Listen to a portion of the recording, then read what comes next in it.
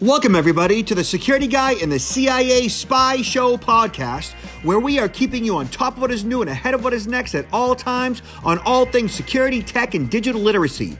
Knowing that when good people like you want to make sure that their money, their family, and their business is safe and secure from attackers, hackers, and thieves, or you just want to make sure your tech is running smoothly, my name is Robert Siciliano. I am the Security Guy, and along with my co-host, Peter Warmka, who is a real and retired United States CIA spy, we will give you every single tool, tip, tactic, and skill that you need to fight the bad guy and keep your physical and digital life secure, worry less, and even make you happier. This podcast will help you breathe easier with less stress and a greater sense of well-being. So let's get at it. And welcome to another episode of the Security Guy and a CIA Spy podcast. I am Robert Siciliano, and this is Peter Warmka. Hey, Peter, how are you today? I'm doing very fine, thank you. How about yourself? I'm good. Summer is moving along. It's been a little nuts with the weather and the chaos of kids being around, but, and also what's going on out there regarding security. Every time I turn around, there is a new or another major security breach, ransomware attacking thousands of companies at a time. Critical infrastructure is being compromised. I just saw recently a supermarket had 500 stores they had to close as a result of ransomware.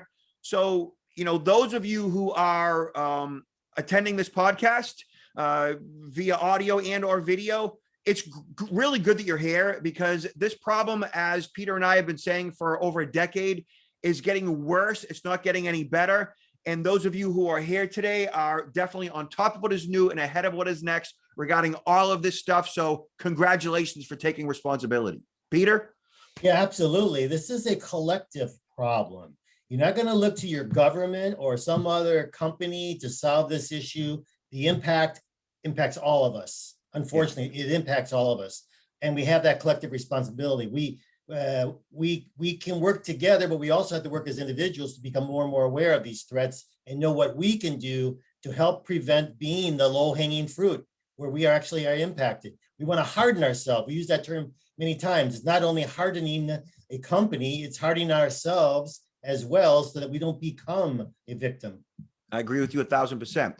So, Peter, check this out, right? This right here, you guys should all be able to see my PowerPoint screen right now. This is in regards to operational security awareness for military members. And today we're going to be discussing, security awareness in regards to social media. Both Peter and I are experts on this topic. And what you're looking at right now is actually the backside of my first cousin. And he's actually at work, he's carrying obviously a semi-automatic weapon issued by the U.S. military. He's on his way to his ride, which I believe is an Apache helicopter. Some of you may know better than I do. And not too long ago, he had sent me off a text message. And this is the text message. It says, we do a lot of operational security briefings about how to conduct ourselves safely with social media. He said, our intelligence people came in today to give us our brief. One of the videos, he said, showed us was of you, meaning me, discussing the topic, which is kind of fun, right? So here is my cousin sitting in an operational security awareness provided by the DOD. And I responded with, so did they make the connection between us? And he said, absolutely. As soon as your name was said, because, both of us last name is Siciliano, everybody turned around and asked if we knew each other. And he said, I told them you were my first cousin. A few of them seemed skeptical, haha. And I said, oh, cool, because that is so cool, And while, I'm really proud of my cousin, what he does. And my cousin actually, flies that helicopter and other aircraft into parts of the world with Navy SEALs and others that are doing things and going places that he can't tell me about, and it exercises that parts of the world where you and I will probably never see or never go. He is part of, protecting you and I here at home and abroad. And the fact that the Department of Defense is using information that both Peter and I are experts in, means that you really need to sit up and pay attention today, because this stuff is really important. Peter, what are your thoughts on that? No, Robert, that is so awesome. It really is. You never shared that story with me, but until now, and I think it's fantastic. And you're so right. Here, the Department of Defense, I mean, they're worrying about these issues for the integrity of their, of their soldiers, because they are really vulnerable in the sense of when they are, whether they're targeted directly or they're putting out information out there on social media, it creates a great vulnerability regarding the battlefield, even knowing where the movements of the soldiers, what they're doing at a specific time.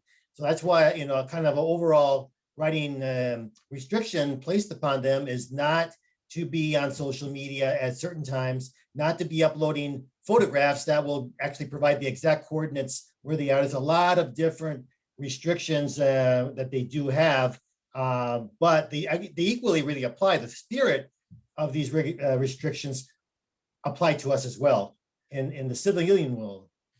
They absolutely do. And if you think back to my cousin, who's married, he's got children, and his wife and kids occasionally travel with him to parts of the world that, again, you and I will probably never go. And like basic common sense, one-on-one common sense would be like, neither he nor his spouse should be posting that, let's say she wanted to go into the markets in Kabul, she should not post that, right? That she's out to the markets in, somewhere in a crazy part of the world, because if the bad guy's paying attention, that this soldier and his spouse and or his spouse and child is heading to the markets, that is the perfect opportunity for a bad guy to seize his wife and child, right? Take them hostage and use that against him, which ultimately is using that leverage against the U.S. military and the United States of America. Mm-hmm. And so while, a lot of our audience today say, well, I'm not, flying helicopters in parts of the world that, revolve around bad guys. Look at you just leaving your house and posting that you're gone for the next, day or week, or a couple of hours for that matter, is inviting somebody to burglarize your home. As simple as that. And I see stuff like that all the time. And I was blogging about that 10, 15 years ago. And I had people actually communicating with me, experts in the field, saying, you're the first person that I've ever seen talking about that. And then since that time, there have just been thousands and thousands and thousands of articles that I've seen that revolved around people breaking into homes based on, social media posts and homeowners letting the bad guy know, in this case, a burglar, that they were gone.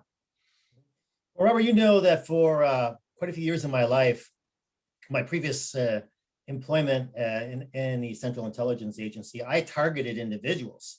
And that was a lot of this was prior to social media.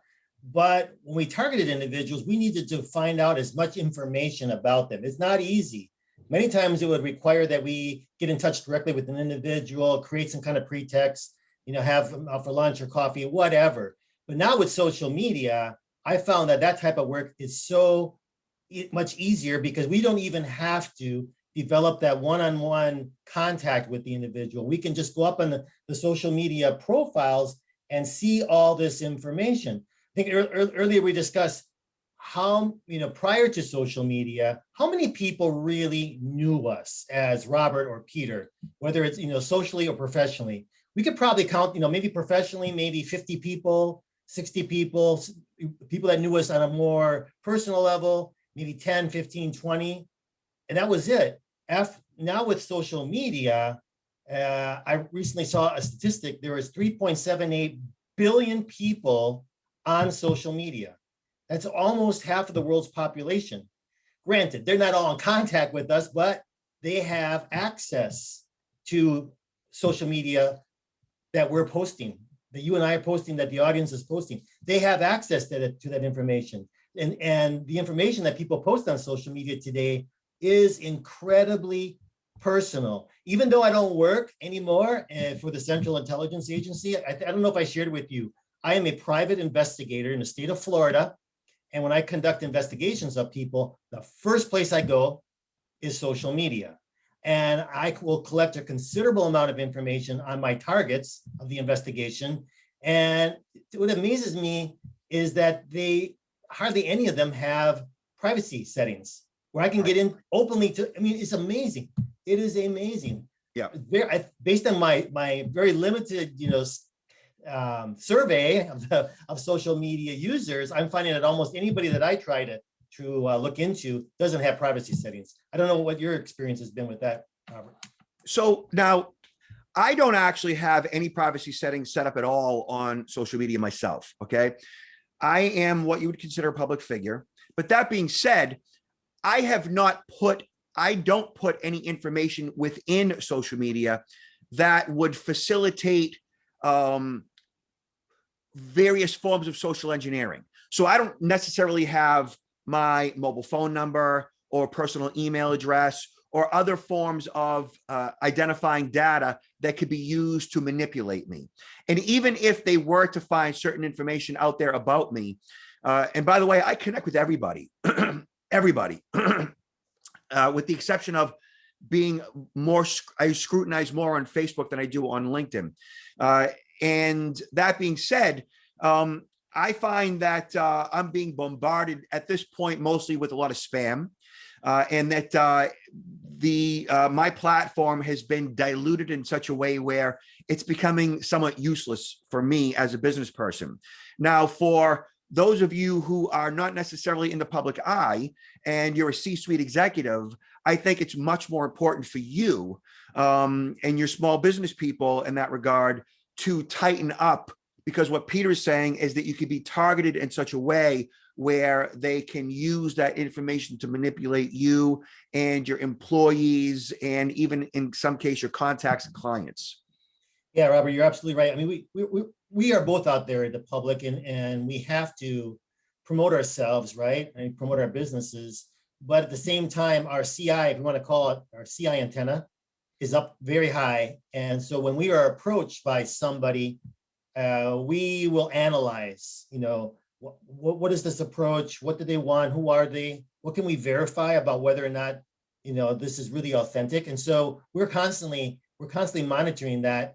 But the average individual, the average consumer, the user of social media doesn't have that level of awareness. So they become much more vulnerable or susceptible to this type of danger because they don't necessarily analyze these type of approaches like Robert and I would. Yeah, and I think it's important that anybody who's on social, LinkedIn, for many of you people who are employees, know that like LinkedIn itself, and Peter, you can see this article from 9 to 5 Mac right here. Yes. So LinkedIn breach reportedly exposes data 92% of users, including salaries. This is one of many breaches that LinkedIn has faced in the past, right?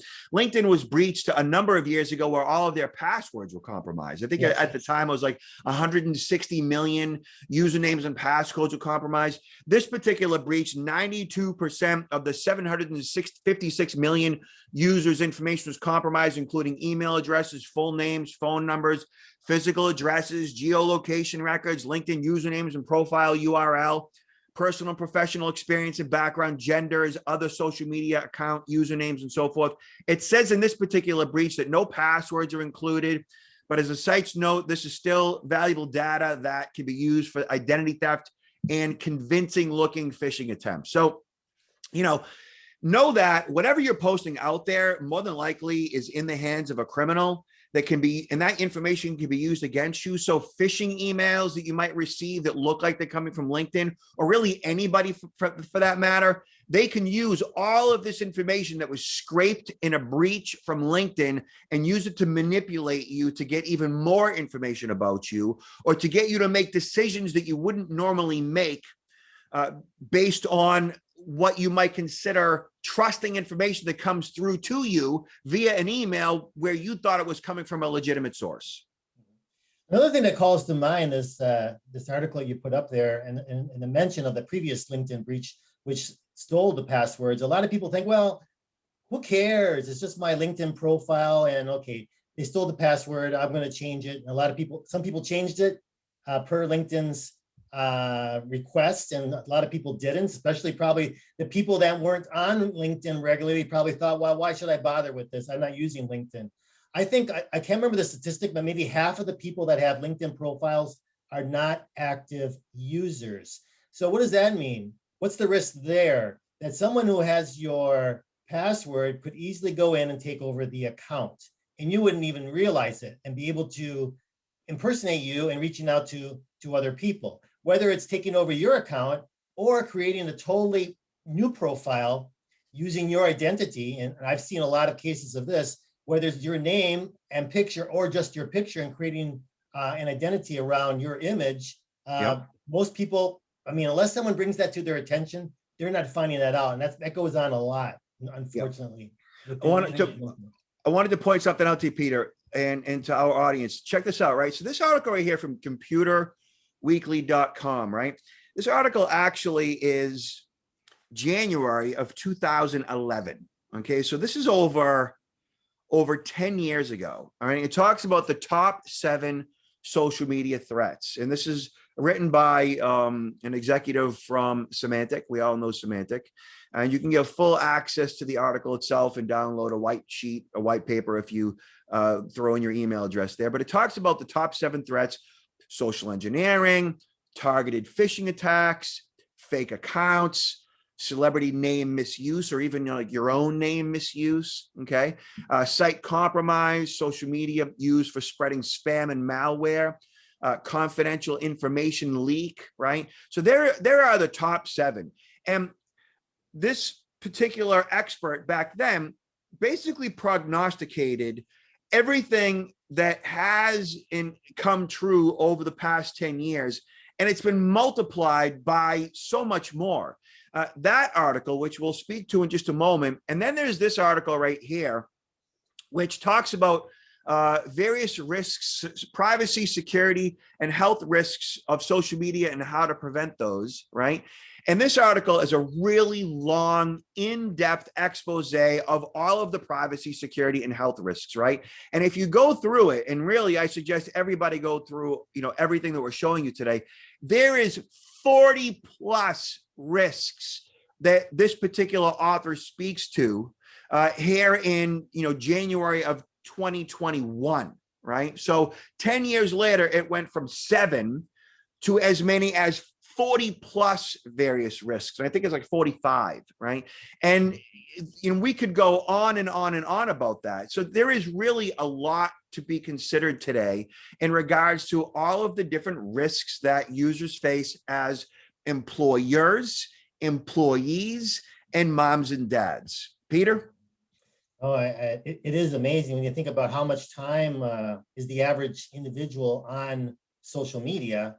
If we look at, how much time do we sleep? 8 hours, 9 hours? How much time are we involved in other activities? It's almost like 3 hours per day, average, at least 2.5 to 3 hours per day that the average person is on social media. Of course, that's average. Now, some people might be on it very little, 10, 15 minutes. And then there are other people that are on there for 3, 4, 5, 6 hours. So it's really taken hold of our lives. In some ways, people have become addicted to it to various extremes, right? And it's really invasive because we've allowed it to. We're allowed it to. So it's a lot of it really matters of our discipline as individuals to say, I'm going to use it in such a way, perhaps, maybe I'm using it for some of my news. Maybe I'm using it to keep up and date with my friends and find out what they're doing. Maybe I'm using it for professional reasons to promote myself, but we have to be able to have that discipline and draw the line that it doesn't really take over us, right? Because I think in some cases, people are just becoming consumed with it, right, to their detriment, unfortunately. So social engineering, phishing attacks, fake accounts, right? Site compromise, spreading spam. Peter, like what techniques do you teach to your audiences in regards to these top 7 threats from 10 years ago that are, 10 times more prevalent today? Well, basically I break it down to 2 areas. And the main thing is being aware of the information that you're putting out there in social media. And if I were just to break down 3 of the platforms that I think are the most revealing, of an individual, if I were, or a human hacker were to target them, LinkedIn, Facebook, and Twitter. I mean, LinkedIn, as we know, gives your entire professional background, your academic and work experience, which, it's a data point, right? A lot of detail is where you come from and where you probably aspire, what you aspire to become professionally. Facebook is a totally different optic. It can provide insight into your interests, your hobbies, where you like to go out to eat, your favorite restaurants, foods, the sports teams you follow, where did you travel to, who did you travel with, where are you planning to travel in the future, etc. And a lot of that Facebook information can be used to reset a passcode via knowledge-based authentication. So when you sign up for a new website and they ask you a few knowledge-based authentication questions like, what is your favorite food? Where did you honeymoon? Where do you like to travel? What was the make and model of your first car? A lot of those data points, knowledge-based authentication, we call it KBA, to reset a passcode, can be found on your social media profiles, often in Facebook. My understanding was when Sarah Palin's Yahoo account was hacked back in the day, that they got information from both Wikipedia and her Facebook account. I truly believe it. I mean, look how many pictures are typically on someone's Facebook. If I analyze, photographs are worth 1,000, pictures are worth 1,000 words. We heard that expression so many times growing up, and they really are, because by analyzing those pictures, I can learn a lot about someone's social economic status. All right. So, okay, that's all Facebook. There's a tremendous amount of insight from Facebook. Twitter is different. Twitter can give me an idea about your pattern of life. Now, what does that mean? People are not tweeting so much maybe when they're in their homes or their offices, or maybe they do, but they also tweet when they're on the way to somewhere. They're on the way to the gym. They're on the way to for happy hour with their friends. And so they're tweeting where they're going. We get to understand what their routine is. Where can we actually bump into them physically to target them at different locations, because we know what their daily routine is like. Yeah, what their status is. They call it a status update for a reason. What is their status? What are they up to right now? Yeah. In addition to that, they begin to express a lot of their opinions about something, right? Which is another great insight. If I know what your opinions are regarding politics, regarding your religion, regarding things that really upset you, those I can use if I'm going to approach you. We'll talk about approaches some other day. I could go on for hours and hours and hours about how to target somebody, but all this information, these are data points which are invaluable to a human hacker who wants to, whether it's targeting you, the individual, or targeting you as a conduit to breach the security of the organization that you work for, right? Yeah. That's what it comes down to. And ultimately, when you're targeting somebody, the goal is to get them to reveal information, right? And when you know what their political affiliations are, when you know what they know, when you know what they like, right? Then your job is to create a relationship with them. And that relationship is such that you want to gain their trust, right? It's a confidence crime. And by aligning with their political beliefs, right, and talking politics with them and basically pointing the finger at the other party, you are creating a relationship of trust with this person, which facilitates them to open up in regards to other things or other bits of information that you might be after. Is that how that works? You are absolutely right. Spot on. And it's because we tend to click with people that we have something in common with. If all of a sudden let's say you're filling up your car at a gas station in another state on the other side of the country, and you see somebody from your home state license plate, you're likely to go over there and make a comment to them or ask them a question, right? Or if you find in their profile that they went to the same university, same alma mater, or they support the same sports teams. I mean, you automatically, as soon as you hear that, it creates that rapport. So the social engineer, knowing that in advance, can, as you mentioned, create that as part of their persona, whether it's in person or even using a fake profile on social media on LinkedIn, putting in LinkedIn some of these same commonalities that their target has. So when they approach the target already feels that rapport automatically. Yep. Yeah, that person is just like me, and that you have a reason to trust them. And the thing about trust is that First of all, I think trust is highly overrated.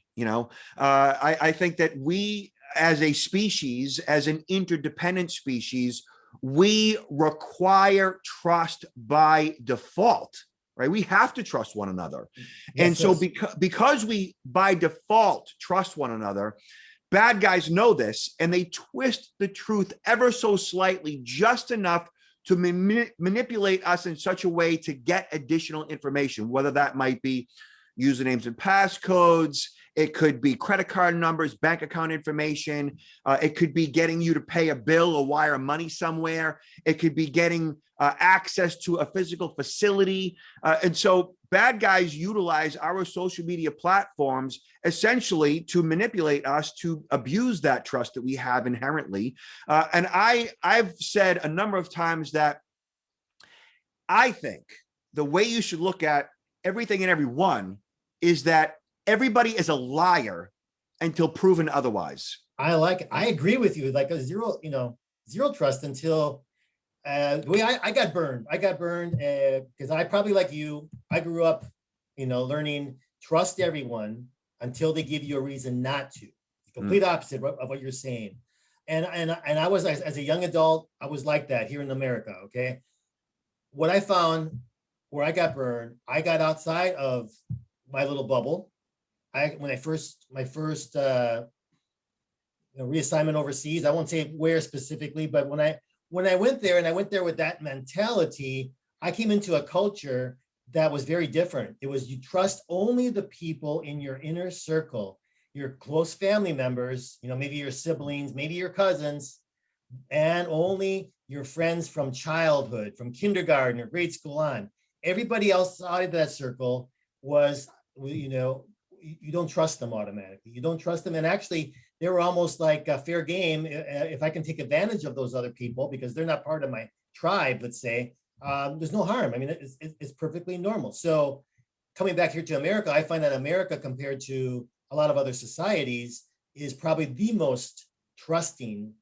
And that is, and a lot of these threat actors are coming, they're not only from overseas, of course, but a lot of them also are coming in from overseas, from other countries with a very different mindset. And they come and they realize how trusting Americans are. And that really makes us vulnerable. Yeah. Really.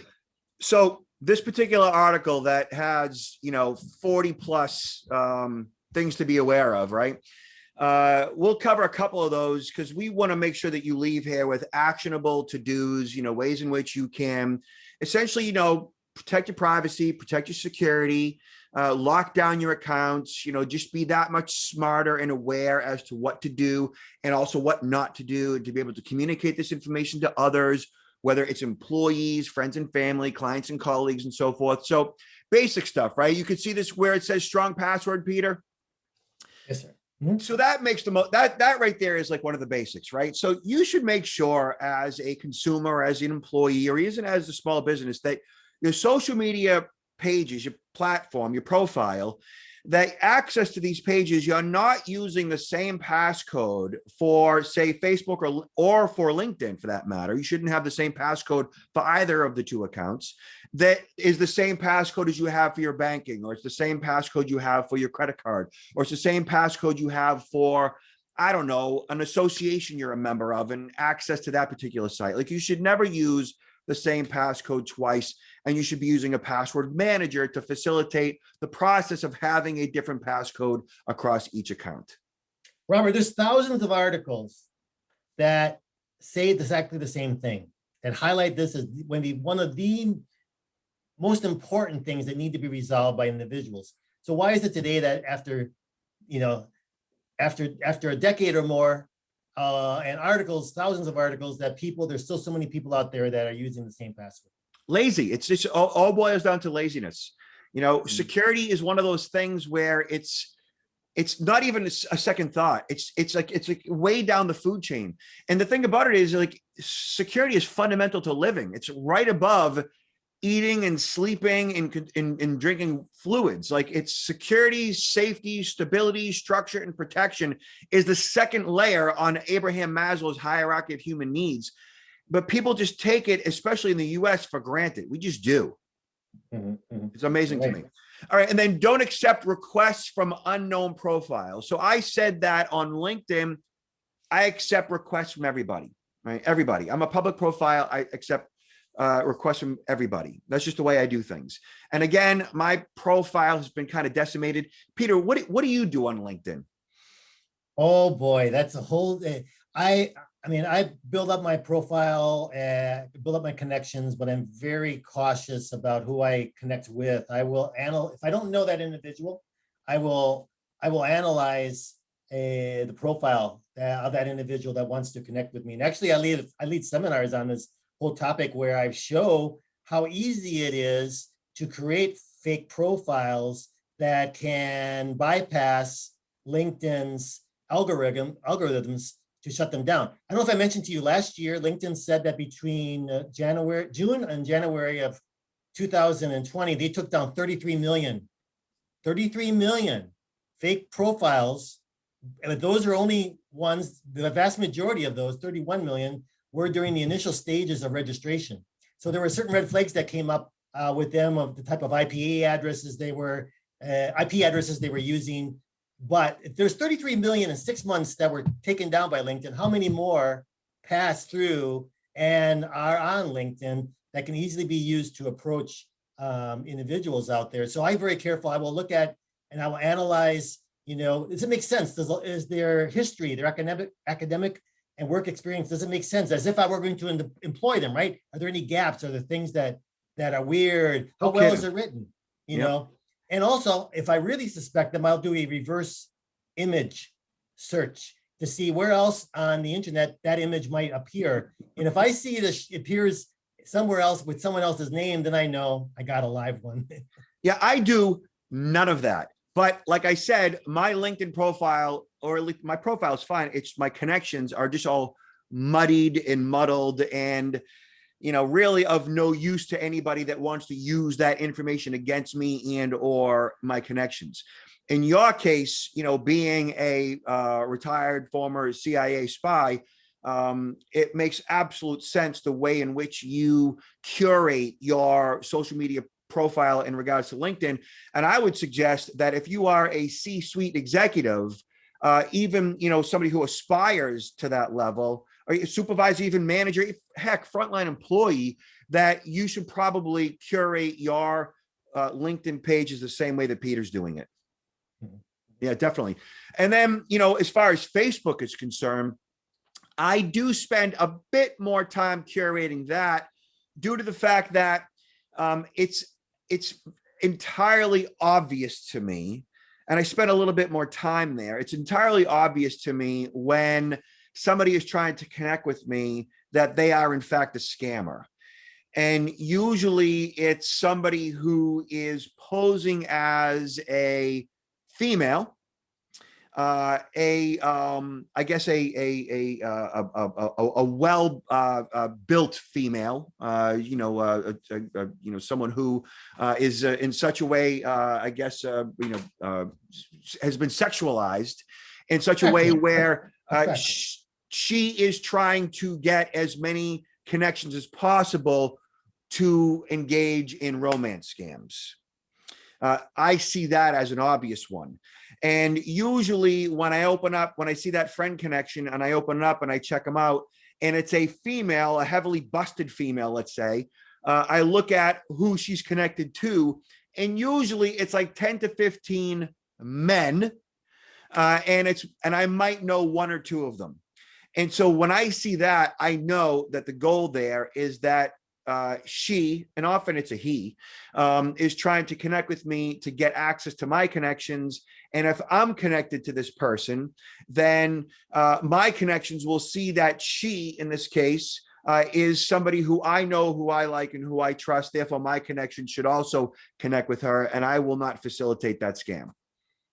Well, you're absolutely right on that. That's one of the points that I raise when people just accept connections without kind of like analyzing them. If it is a fraudulent profile, like the ones you mentioned, that can take place on Facebook or LinkedIn or other platforms, that just blindly accepting them, even if they might not be targeting you, or you might say, well, I'm not going to worry about this unless they ask me for information, or they ask me to click on a link or open an attachment, then I'll be careful. But the fact that someone will accept them as connections helps build up their credibility, Right. because let's say, for example, in a LinkedIn, you'll see how many connections that they have. If they have 0, it's like, whoa, how do you go from 0 to 500? You go from 0 to 500 because people that receive connection requests from them are not looking at the profile and seeing that they only have, 15, 20, 25 connections. Right. So that's the danger of actually helping build their credibility. So in future episodes, we'll talk about damage control, what to do should your site be compromised or somebody is posing as you. We'll talk about the infrastructure in regards to making sure your devices are properly protected, updating your operating system and software so that you're not only your device, but your pages are also secure. And then risks of social media for youth. And we could spend a ton of time talking about that, the psychology behind all of it, how it's negatively affecting us and our families and our businesses. If our profiles are being hacked, fake apps, malicious links. I mean, we could talk for hours and hours and hours, and we will in the future on future episodes of the Security Guy and the CIA Spy podcast. So, Peter, any closing comments? Well, I want to share actually a resource that I came across recently that I think it is phenomenal. It was put out by the Department of Defense, and I think you can highlight that on your screen. Yep. It's free, and you can download it. I think that you'll have a link up on this podcast. Yep. It's a fantastic resource that's put up by them, declassified for the general public. And it's very detailed, and it goes into a lot of the things we were talking about specifically regarding social media. It will go into Facebook Mobile, Twitter, Instagram, LinkedIn. It will talk about photo sharing services, online dating, secure chat apps, use of the smartphones, et cetera, how to travel safely when we're using smartphones, et cetera, et cetera, et cetera. There's a lot of information. I highly recommend that you download this and read it. I mean, it's quite extensive, but it's a great resource guide. Yeah, this is, looking at this in the table of contents, there's no question about it that the DOD has been paying attention to you and I, because this is exactly what I speak to in the order in which I speak to it when I'm presenting my program. So this is a great resource, Peter. Thank you. You're welcome. Very good. So, we appreciate your feedback and your comments and your likes and your shares. By all means, keep all of that feedback coming in, and thank you for sharing us and liking us. We will be back generally every couple of weeks on a Friday afternoon. You should be able to download the latest version of the Security Guy and the CIA Spycast. Peter, just a little bit about what your business, what you provide your clients. Counterintelligence Institute, and we focus on helping organizations better understand the threat actors who might be what threat actors they might be facing, and what is it that these threat actors are trying to accomplish in breaching the security of their organization. And then more importantly, how can they sensitize their employees through security awareness training. We also offer a number of different counterintelligence tools. I encourage listeners to go to my website directly, counterintelligence-institute.com, to see about those products and services. And also, of course, I always got to put a plug in for my book, Confessions of a CIA Spy, The Art of Human Hacking. So for those of you that haven't seen it yet, it's available on Amazon, and I go into a lot of detail regarding the various techniques of human hacking. Excellent, Peter. Thank you. And you can see me and my team online at protectnowllc.com. We provide a form of security awareness training for employees regarding, being on top of what is new and ahead of what is next at all times, regarding all the various threats regarding phishing and social media issues that you might face, personal protection, which means violence and theft prevention in the physical and or virtual world. We also provide identity theft protection and cybersecurity insurance, and the Ripple ID button, which is a button you wear that talks to your mobile phone should there be an emergency, and a number of other different products and services, again, at protectnowllc.com. So thank you for allowing us to plug our businesses. And Peter, I will talk to you very shortly. Y'all be safe out there. Be careful. Be safe. Peter, last words. Okay, be safe as well. And I look forward to seeing you again soon, Robert. And everybody, take care. Take care.